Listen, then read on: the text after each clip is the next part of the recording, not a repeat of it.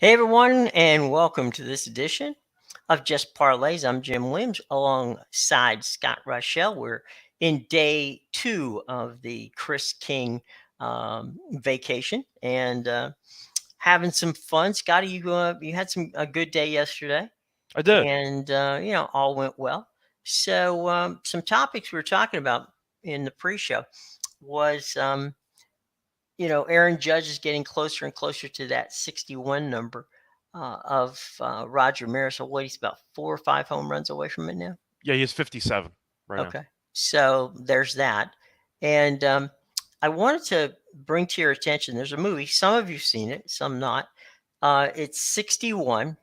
And it's Billy Crystal's docudrama about the race, the home run race at that time between two Yankees, and that was, of course, Mickey Mantle and Roger Maris, and how it was difficult for Maris to handle the pressure of Yankee fans wanting desperately to see Mickey break that record and not him. But I think that the Aaron Judge situation is compelling because he's a good guy. And we all like to see good guys do well. Yeah, I don't really have much more to add there. It was definitely a good race there. I'm, of course, I'd say familiar, but not too familiar with the original race because I was about -30 at the time, -40, give or take. So it wasn't exactly during my time. I was around for the McGuire Sosa race. I was about 1 year old, so that doesn't really count either. But that's always the race I think of because I still view Barry Bonds as the home run champion in my eyes. So I get that a lot of people, for baseball purists especially, want to talk about Maris. Yankees fans want to talk about it because it's the franchise record. So there's a lot of milestones that Judge can pass. I don't think he needs it to win the MVP. No. I'm just going to say that directly. I think the race ended about a month ago. Yeah. And the fact that Judge keeps hitting home runs makes me believe that the race is really over. And you can make an argument that Ohtani's been overshadowed over the past couple of weeks by his teammate. Because Mike Trout's been incredible, and he has roughly 35 home runs in about 100 games. So you can make a case that Trout's resurgence back off the injury list, he's actually been hurting Ohtani's stock because you can once again be reminded that Ohtani might not even be the best player on his own team. Right. Which is a fair discussion to have. But Trout's been incredible. Ohtani's been fine. I don't think he's been great lately. I think he's been okay. Judge has been otherworldly, and the Yankees had a very big win there against the Red Sox yesterday in extras. Judge had 2 home runs there. I think the race is over, and I think that if you want to make an argument of it, you should really find something better to do with your time. Right. I don't think that it's a race anymore. I think Judge won it a while ago, and I get people don't want to crown it to a guy prematurely because you want to kind of manifest some drama and you want to make it an actual race. There is no race. There is no discussion. It's Aaron Judge. Drama. Right. And his betting price to win the MVP right now is -2,000. It's over. Okay. Yeah. It's over. Him and Goldschmidt are going to win it, and that's really the end of the story. Right. The thing for me, and I'm not a Yankees fan, but I'm a baseball fan. And the thing for me that the number 61 with the Yankees is such a treasured number. So I'm not looking at, it from Judge winning, quote unquote, the home run championship for this year. I mean, for the, in the baseball records, because that's not going to happen. But to me, as a baseball fan, having someone surpass Maris's record, again, not a Yankee fan, but a fan of the game, has some historical weight to it. Yeah, it's definitely true. But once again, I still view Bonds as being the home run king. So that's kind of why I don't really care that much about him passing Maris to me. I guess it matters if you like history and you like to see the magical number of 60, or in this case, 61, potentially get broken. But to me, as long as the Yankees win the division and as long as Judge gets the MVP he deserves, I really don't care, if I'm being honest. Maybe it's an unpopular opinion because people want to witness history. I'm more concerned about winning, and Judge is helping us win a bunch of games. So that's what matters to me. But it's cool nonetheless, and I'm happy that Judge has continued to dominate in the last month and change, and he has not slowed down at all. Do you think he gets there? Because he has like 20 games and change left. Do you think he hits 4? I think he can. I think that, I don't know which pitcher wants to be the guy that gives it up. So sometimes in that case, you see a lot of walks. I don't know why people keep pitching to him. That's a whole separate story. Yeah, that's another story for another day. But I think he can do 20 games. As long as he stays healthy, I don't see where he's not going to be able to do it. But a couple of headlines from yesterday that came in, under the radar, and we didn't get a chance to talk about them. You had mentioned about the horrific coaching job done in Denver. And then you've got the Denver coach coming out and say, hey, you know what? Maybe I made a mistake here. My bad. Yeah, my bad. My bad. We had something drawn up. Are you cool with that? Or would you rather he just owned whatever happened on Sunday? For me, I feel like it's a lose-lose no matter what you pick. Yeah. And it wouldn't have happened if you actually made a competent decision at the time. Right. But on one hand, either you double down, and at that point, everyone's going to roast you for being an idiot, and nothing's going to change. Or you state what he stated, which was, I thought it over, maybe I was wrong. And at that point, you get roasted for being an idiot. So either way, you look like an idiot. The only question is which side of the coin you want to actually fall on. I don't think it really matters. I don't think Hackett's a good coach. And until he actually proves me wrong, I will forever think of that Monday night decision. Right. But what's he supposed to say? Right. He loses either way. The point is, once you defend your stance initially in the post game, which he did on Monday night, then that's your stance. And if you revert back on it, that means that there's a reason to doubt your initial judgment. Right. And you can view that for future games. If he makes a bad decision or if he makes any questionable decision, there's a chance that he will realize that he made the wrong decision later on. And I guess maybe you want some accountability.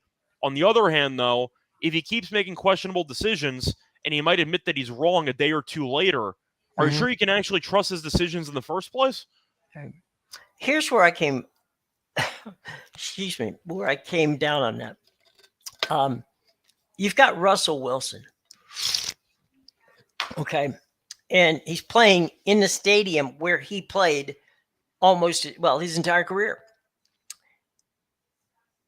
I'm going to take Russell Wilson, my quarterback, and say, look, I'm riding with you, Haas. Let's go. Let's get this thing done. Then, to me, if it doesn't happen, you say, look, I put the ball in the hands of my best player and we didn't make it. Or I put the ball in the hands of my best player. He got us 10 more yards down the road and we kicked, and maybe then we missed the field goal or whatever. I think it's important for a young coach to, grab that star and say, look, Russell, can you win this for me? Can you get these 5 yards? If Russell says, yeah, well, let's go, then go with him. Kicking a 68-yard field goal, it's not Mile High Stadium. So this guy has never kicked one in that, even close to that general. And for the record, that's not a good explanation saying, well, in the pregame, it was the bare maximum distance he could reach. That doesn't mean you have a lot of confidence him hitting the kick anyway. Right. Just because you can reach it or you tested out the distance with doesn't nowhere mean on the field, accuracy is going to be there. And if you look at McManus's numbers from 60-plus in his career, they're terrible. And it's not McManus's fault. A 60-plus yard kick's borderline impossible. It's a lot more reasonable nowadays than it was in the past. But I don't care what the actual maximum distance he can reach is. Right. The question is, based on probability, do you have a better chance of him making the maximum distance kick that he can reach or telling Russell Wilson to pick up 5 yards? And probability is going to suggest that he should have went for it. Now, according to some models, it's basically 50-50. Sure. I don't really agree with those models. I don't think that there's any circumstance that you should settle for a kick in that situation, especially on the road with the crowd atmosphere and everything like that. Sure. I don't think they should have kicked it at all. So, on one hand, first of all, I'll give props to Russell Wilson. I know people want to criticize him because he's extremely cheesy with what he says, but in reality, he defended his head coach What's he supposed to do? Right. Is he supposed to throw his head coach under the bus after his first game as a head coach and his first game as a brand new member of a new franchise? No. So he defended the coach like he should. The coach was wrong, but what's Russell Wilson supposed to say? And because Wilson kind of defended him, that allowed some leeway for Hackett to change his stance.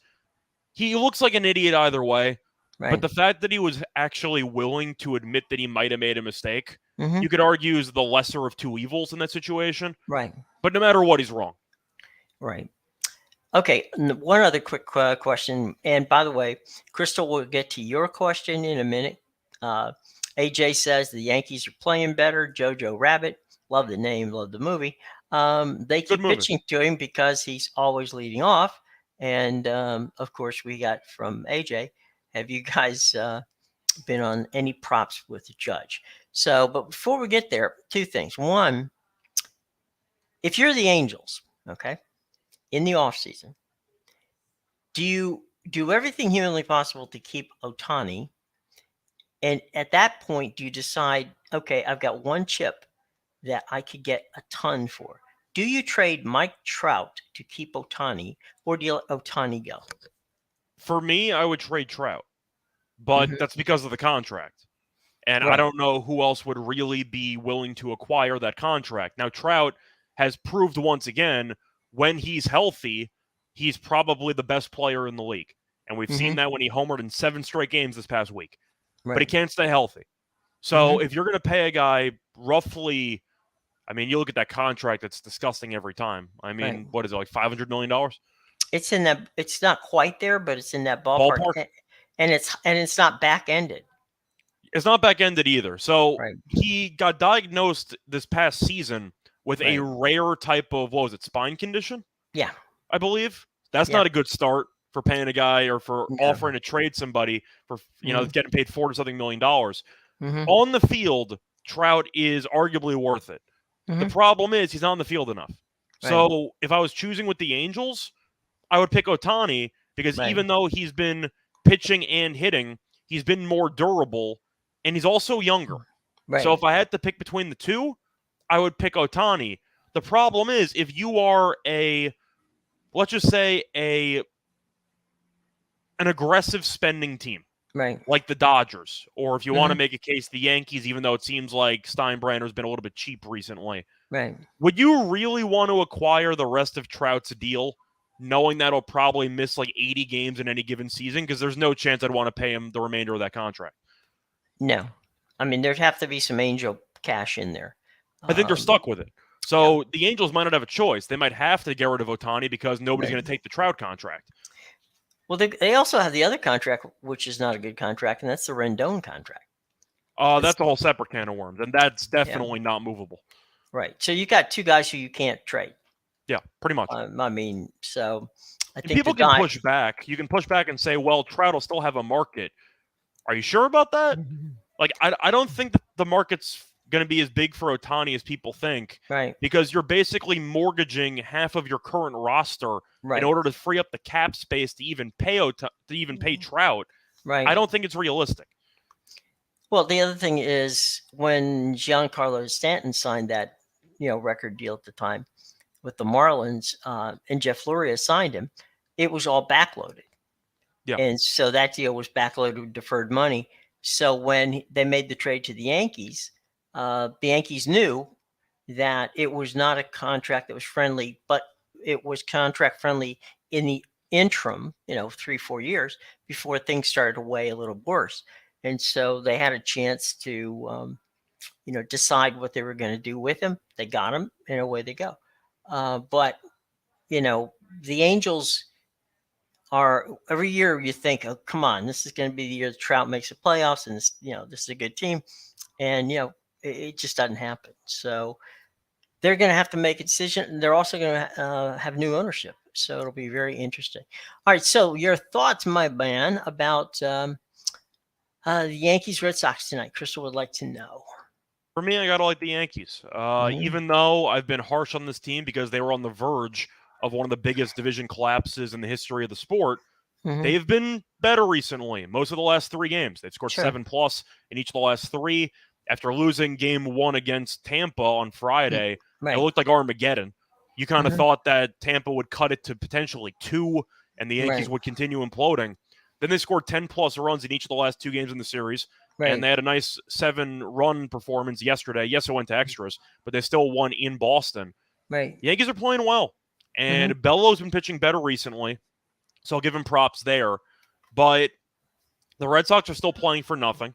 The Yankees still are competing for a division title, and based on how the Yankees have played lately, I think you have value on the Yankees, especially with Cortez on the mound. I think minus 130, which was the price overnight, was a good deal. So I still like the Yankees there. I think you have some value. AJ is talking about Trout to the Yankees. That was more of a joke because they can't afford him either with Stan and what they're going to most likely have to pay Judge. I think it's a fascinating conversation to talk about a hypothetical trade, Judge for Ohtani. I think that's a fascinating discussion. That's a whole separate can of worms. But I don't know what Judge is going to get paid. Probably $400-something million. And that's also going to be a contract where he's currently 30, and the back end of that contract might be a disaster, which we've talked about in the past. So there's a lot to really unpack with the salary cap situations, or even just paying players who are peaking at either the age of 30 or you have too many goods and you have to get rid of a couple. Right. So there's some interesting dynamics here that only time will tell how it's going to unfold. But for the sake of Judge, I've heard rumors about the Giants because I believe his wife is from San Francisco. Right, and she's from that area. And he went to Fresno for college, so he's familiar with the area as well. I think that could make sense. I'm hoping the Yankees pay him, but can you trade him halfway through the contract? Like, I don't know. I'm assuming there's going to be a no-trade clause in there. Well, he's not got a contract right now. So I'm saying, assuming that the Yankees are willing to pony up. Well, yeah. I mean, you can always trade. It's just, I mean, it's no different than because most contracts have a no-trade nowadays. Well, what they have is they have a player option. So the player can say, okay, if you want to trade me, these are the 4 teams I'll go to. Yeah. Or these are the 6 teams I'll go to. So, whatever it is. So to your point, yes. The other thing is that a lot of agents these days don't want to defer money. So that becomes a problem if you're, a club trying to become, cost effective in developing a lineup. If $500 million, $500 million, I should say, is tied up in 2 guys, that really does kind of mess things up in trying to put a team around. Yeah, definitely true. But that's also why it seems like the Dodgers are cheating, because they can pay everybody $300 million. Right. And it doesn't seem to impact their overall roster. And the Dodgers ended up winning the division yesterday. Yeah. I saw the really, really cringy tweet from the Dodgers where it was Freeman and Mookie Betts, and they were celebrating with champagne. And the caption was, like, who would have thought? They tried to make a joke from the Paul Rudd quote from the Hot Ones episode from 2-3 years ago, saying, like, who would have thought? Like, what an underdog story. And it's like, what are you talking about? Right. Like, you were favored to win the division. You were favored to win the World Series. And you have the biggest payroll in baseball. Right. What underdog story are you trying to portray? Like, who would have thought? Literally everybody had you winning the division. Everyone thought you'd win 110 games. Right. Like, what are you talking about? And the guy for them, but like, don't play the underdog role. Like, at least embrace the fact that you're favored to win the World Series every year. Well, the other thing is I thought Freeman would have had more class than that. I mean, he's been around the league for a long time. I'm not going to blame Freeman. It was from the Dodgers Twitter. What Freeman took a photo. Oh, I'm sorry. I thought you meant that he No, it was the official Dodgers Twitter saying, like, bucks. Who would have thought? And it's like literally everybody thought that you would make it to this far. Like, yeah, why it's don't the you tip of the iceberg. You already have a bullseye on your back, and now you got the team Twitter account, spreading that bullseye about 100. Just saying, when your win total before the season's roughly 100, don't play the underdog role, because that's not you. It ain't gonna win. All right, boys. Let's go and take a look at Scotty, the parlays you put up for today. Yeah, well, first of all, yesterday was a very good day. Unfortunately, we did not sweep the Mets' first 5, crushed the 4 pick. But including every pick that we had, I know I doubled down on a couple of them, but we only lost 1 play. Right. So out of 8 picks, we went 7-1. So that was definitely nice, and hopefully we can run that back again. So starting off with the 2 for the money, we're back in order this time. We do have some soccer, so you have 40 minutes or so to place a couple of these. Starting off with the Yankees. We talked about it before. Yankees on the money line or -1.5 against the Red Sox. You have Cortez against Bello. Bello's been better lately, but the Yankees have been performing better offensively the last couple of days. Bogarts is still doing Bogarts things. He's very good. Devers kind of fell off a cliff. He has really not been good for the last couple of weeks or so. Right. And it kind of goes back to the fact that the team's not playing for anything. So we saw the Red Sox throw in Familia into a tie game in extra innings. That tells you how much the Red Sox actually care about winning games because Familia is still in the league. I'll go with the Yankees. I like Cortez. I think that's a good value play there. And I'm going to lay juice, a lot of juice, on a goal scorer prop in the Champions League. I'm going to go with Holland, anytime goal scorer against Borussia Dortmund. He is arguably the best striker, the best pure striker in the world, and he's against his former team. Man City's a very, very big favorite, as they should be. If Man City scores 2-3 goals like they should, Holland should score at least one of them. But the former team angle makes it intriguing for me because I do think worst case scenario, he'll get force-fed against the team that got rid of him. I think he's going to score at least 1 goal in this game. It's very juicy. I'll acknowledge it. If you want to go elsewhere, maybe look for a team total. But Man City money line's like -500. So I think that there could be a decent spot here for Holland to score maybe 2 goals in this game. I'll take him to score. I think he'll score at least 1. And we've seen in the past, I know Holland tends to do penalty kicks anyway. You have seen some clubs go out of their way to give players penalty kicks if they're facing their former team. Sure. So I do think Holland is going to end up getting the penalties if that's the situation. So I'm going to go with him to score. And for the other 2 pick, I have the Orioles on the money line and -1.5 against the Nationals. It worked out yesterday. Not the run line, but the money line did. Baltimore is still a good team. Wells is pitching against Corbin. Corbin, I'll fade every time. I know he's been better recently. But I do like them in that spot. And you have Napoli on the money line, the 3-way money line, so ties a lose in that one against the Rangers at -115. It's a great price. Rangers have gone smacked their last couple of matches, and Napoli did a great job of dominating against Liverpool. I think -115 is a very, very generous price for Napoli, basically wrapping up the group, or close to wrapping up the group in this upcoming match. I like Napoli a lot. I think that's a very good deal at -115. Cool. Let's sneak in something real quick, and that is our sponsor. And that sponsor is is Caesar Sportsbook. They have a great deal for first-time users. Get up to $1,250 free bet insurance. Download the app today. And, yesterday, Scott, you brought up a very good point, which is people don't think of it, but this could be your little bank account for props and, for future bets. Any other thoughts on this just before we move on to, our former disclaimer? Because Caesar Sportsbook is a fantastic book, and it's well worth giving it a shot.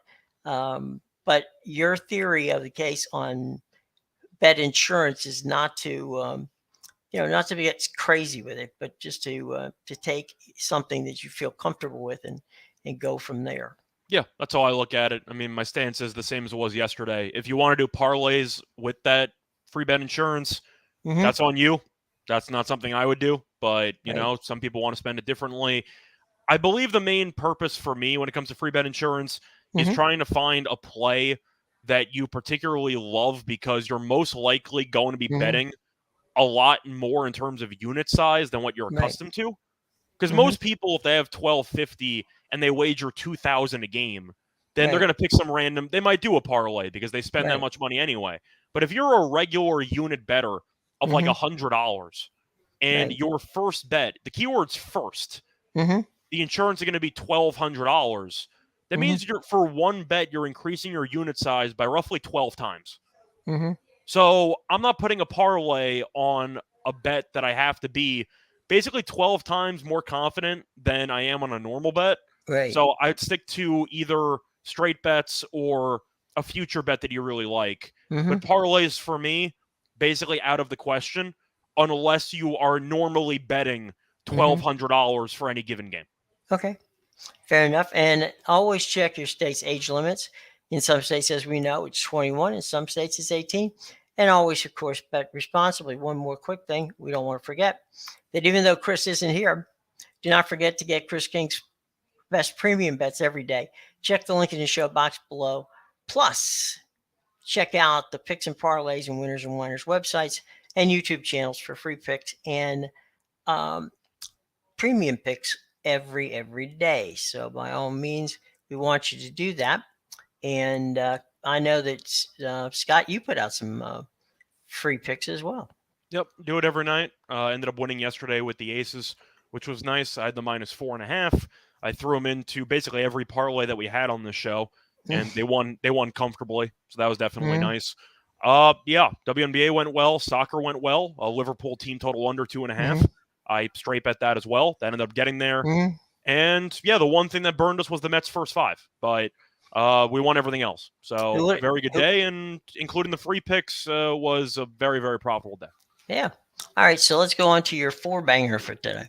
Yep. So moving on to the four for the show, we're going to go to the Brewers on the money line and the run line there at +140 against the Cardinals. It overlaps with my play of the day. I had the Brewers' first five on the money line. I'll go with the full game here. You have Burns against Wainwright. Burns has been the much better pitcher this season, and Wainwright's kind of been struggling down the stretch. I'm not exactly surprised because Wainwright's 40 and change, and when you've been pitching that many innings at his current age, I'm not surprised he's been struggling a bit down the stretch. I believe this will be a historic moment because I think this is the official start where him and Molina set the record as a battery.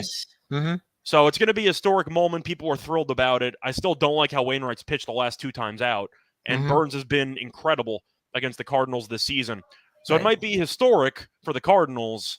I don't think it's going to go well, so I'll go with the Brewers in that one. Then I'm going to go back to soccer, going to PSG halftime, full-time. So in other words, they have to be leading at halftime and win the match. So it's a two-piece bet there against Maccabi Haifa at -220. Props to Maccabi Haifa for making it this far, but they're from the Israeli Premier League, and let's just say that competition doesn't stack up at all to PSG. PSG is like -800 to win the match. I don't think Haifa's defense is going to be able to match up against Neymar, Messi, Mbappe. They just have too many weapons, and we've talked in the past about trying to find ways to maximize value on these huge soccer favorites and trying to make them reasonable to bet. I think 220 for PSG to be leading at the half and then winning the match is very fair. I think Haifa gives up a bunch of scoring chances, maybe 2 or 3 goals. I think PSG leads at half and wins the match, probably close to 3-0, 4-0 maybe, but I'll take them halftime, full-time there. Then I'm going to double down with Napoli on the money line against Rangers. I just like the price too much. -115 is too much value, especially since Napoli destroyed Liverpool last time out and Rangers got smacked by Celtic. I just think that Rangers is not exactly a good soccer team, comparatively speaking. Of course, they're in the Champions League, so, they did their own thing. But I just can't look past the fact that Rangers in their last 2 matches have gotten absolutely killed. And to go through those matches, they ended up playing in the Champions League against Ajax. Ajax lost to Liverpool yesterday. They lost 4-0 to Ajax. They got absolutely just brutalized. And the match before that, they played in their regular domestic league against Celtic, and they lost 4-0. So the last 2 matches, they've been outscored 8-0, and they're facing off against a Liverpool team that just beat against a Napoli team that just beat Liverpool. I think it's a really good price of -115. So I ended up doubling down on the 2 pick with the 4 pick there. That's my Aces money line play from yesterday. If I like a play a lot, I'll use it several ways. So I'll go with Napoli again here, and then I'll go with the Mariners on the money line or on the run line against the Padres. You have Castillo pitching against Clevenger. Clevenger has really not been great lately, and he also doesn't go much length. Castillo's been incredible, especially since Seattle got him. Right. And Seattle's been playing good baseball. So I think minus 155 is a good deal, especially plus 145. I get Seattle's the home team, but you're saving about 90 cents. I think that's a very good deal at plus 145 with the much better starting pitcher on the mound. But the odds there with Brewers money line and with Seattle money line, that is plus 708. And the odds with the minus 1.5 and the Mariners minus 1.5, Brewers minus 1.5 and Mariners minus 1.5 pays out at roughly 15 to 1. Right. I think 15 to 1's got a lot of value there. Sure. You know, I watched the game last night, the Mariners and the Padres. It was an ugly 2-0 game. Well, I fell asleep. I don't blame you because there wasn't much offense. It was just, I'm sitting there going, okay, well, he's not getting a hit. Okay, there's that. And the Twins, by the way, almost missed a combined no-hitter. Then they almost lost the game. So there's that. Almost. But Seattle's in the midst of that wild card, jumble between the Rays and the Jays and the Mariners. As far as I'm concerned, it would take a pretty decent-sized collapse for Seattle not to make it. They already have 79 wins. Yeah. You're assuming they'll probably get to what? Minimum like 86 minimum? Oh, yeah. Yeah, they may make 90. I'm going to say like minimum. I'm assuming they slump down the stretch. They should realistically. They've played 141. So they have 21 games left. Right. Barring like a 6-15 finish, they're getting in. Okay. Seattle should make the playoffs, especially with Tampa and Toronto killing each other. And I believe they have another series against each other in about a week or two. At the Trop, yeah. They're going to cannibalize each other. So Seattle in that division should be able to win enough games to probably get to 88 or even 90, as you said. Right. But they're just a very good team, especially at home.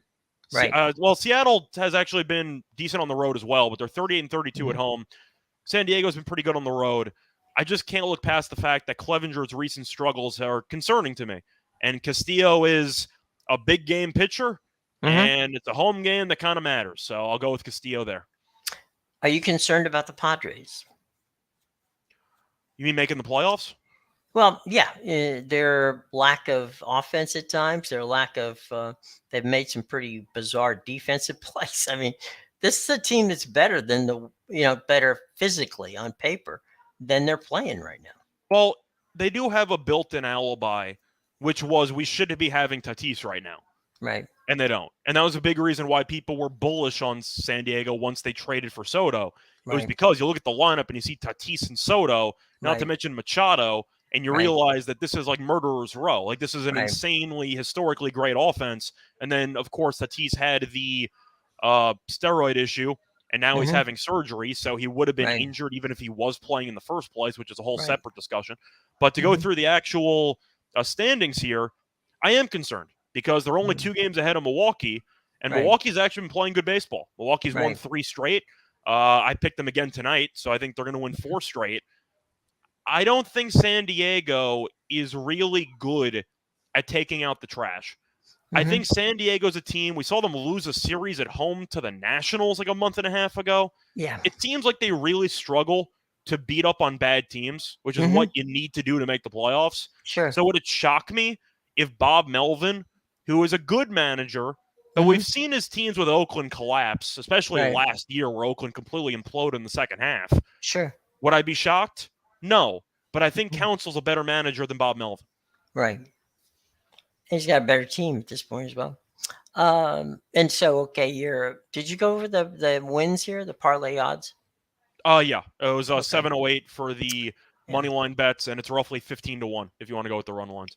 Yeah. Cool. Let's see. Andrew wants to get an early jump here.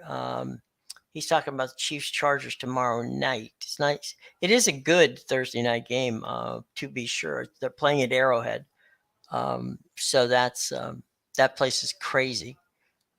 It's a loud and very, it's funny. If you go to a game at the Chiefs Stadium at Arrowhead, and I've been out there many times, and you and I know a guy who doesn't live too far from there. It's the oddness is that they are loud and they are very boisterous for their team. but they're also very polite. If you come in from another, let me one caveat. If you come in for Denver, they're not going to be happy. But anybody else who shows up, they're incredibly polite, incredibly welcoming, crowd base. But they love those Chiefs. Yeah, and they should, because the Chiefs actually won a title, and that's something they were craving for 30, 40 years, and they finally got it done. And they're trying to make it back. They did. They lost to the Buccaneers, and then they had the embarrassing second half and overtime performance against Cincinnati. So they should have made it to 3 straight Super Bowls. Instead, they made it to 2 and didn't make last year. But to go through briefly that game, we'll go through it again tomorrow. Sure. I'm looking at the Chiefs. It's going to be an extremely public side. So if you want to fade the public, you should probably look at the Chargers. If you want to solely go contrarian, I can't. The Chiefs are at home. It's their first home game of the season. The Chargers looked okay against the Raiders. They kind of let them hang around. The Chiefs dominated against a bad Arizona team. But Keenan Allen, who's the Chargers' best receiver, is most likely not going to play. And Mike Williams did absolutely nothing in week 1. Right. I don't really trust the Chargers' weapons. And the Chiefs don't exactly have many superstar weapons besides Kelsey, of course. But they have a lot of competent and quality depth pieces. Right. It's with Keenan being out, I have to like the Chiefs at home. I just think that the Chiefs are going to be able to use the energy of the home crowd. We saw the Chargers play against the Raiders. Now they're going against the Chiefs in Arrowhead. So there is a little bit of a weather factor there because they played in a dome in week 1. I'm going with the Chiefs. I just think they'll get the job done. Probably win by a touchdown. It'll be competitive. I don't think they're going to blow them out. But I think the Chargers will have the ball down a score late in the game. I don't think they score. What about from the standpoint of, we'll get into this tomorrow a lot more, but at the end of the day, I think we've got a Thursday night game that's going to be, at the very least, very entertaining. It should be a very good game. I mean, the Thursday night game from last week was awful, so the bar's been set pretty low. So hopefully it works out. I was going to wrap up the show, though. Do you want to take that phone call while I wrap up? Nah, it's okay. I can call them back. Okay, cool. You have anything else you want to add before we wrap up? No, we're good. Cool, sounds good. So we'll be here once again tomorrow. We'll talk about Thursday night. In addition, we'll probably talk about college because we usually save the Friday stuff for the NFL. So stay tuned there, and we'll go through some of the college games over the course of the weekend. Should be fun tomorrow. But other than that, though, until next time, good luck to all of you and all of your bets. Bye, everyone. Take care.